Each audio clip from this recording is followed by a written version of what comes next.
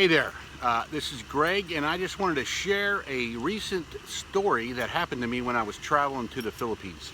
Now listen, I've been to the Philippines a lot since 2005, 2006. I've probably been there about 15 to 20 times, and I'm fairly comfortable about moving and getting around. But I wasn't even in Manila for 5 minutes before I got scammed. So here's what happened. I get off. I have a flight that lands at about 10:30 p.m.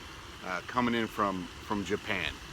My next flight for my connection wasn't until 7 o'clock the next morning. So I was going to kill some time, but I didn't want to do a hotel because by the time I got to the hotel with the traffic of Manila, it would have been midnight, and then I would have had to have been up at like about 3:30 to get my butt over to the airport, maybe 4.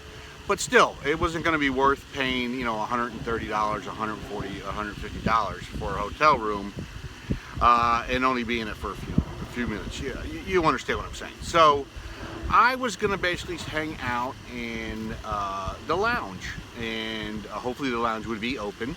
But if not, I was just going to find a bench and set up shop and rest for several hours before it was time to catch my connection. Well, somebody in an official, and she was female, so that's what took me off guard. This person that started the scam, I'm not sure if she was part of the scam or what, but she was dressed in an official uniform, and so she looked like she was part of one of the employees, the supervisor for the airport. Well, anyway, make a long story short, sorry.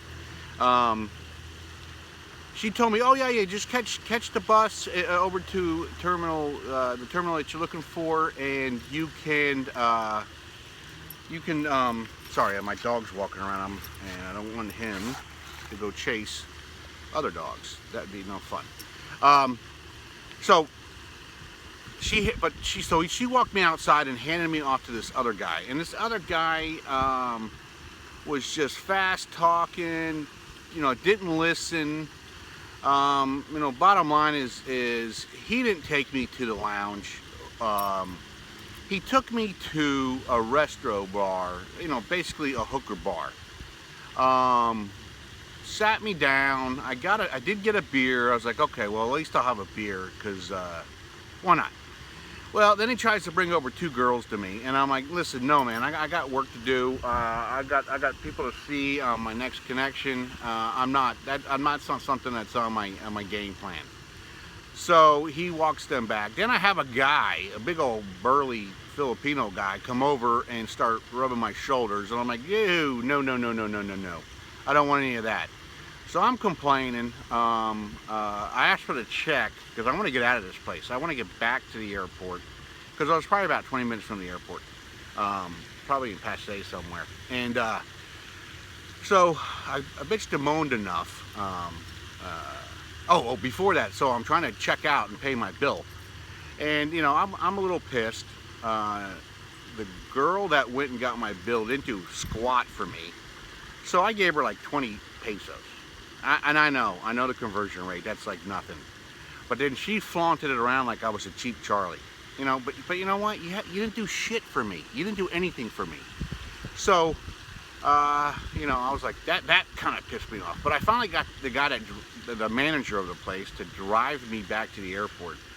But man, oh man, the whole time we're driving back to the airport, I'm thinking, if I make it back in one piece, I am lucky.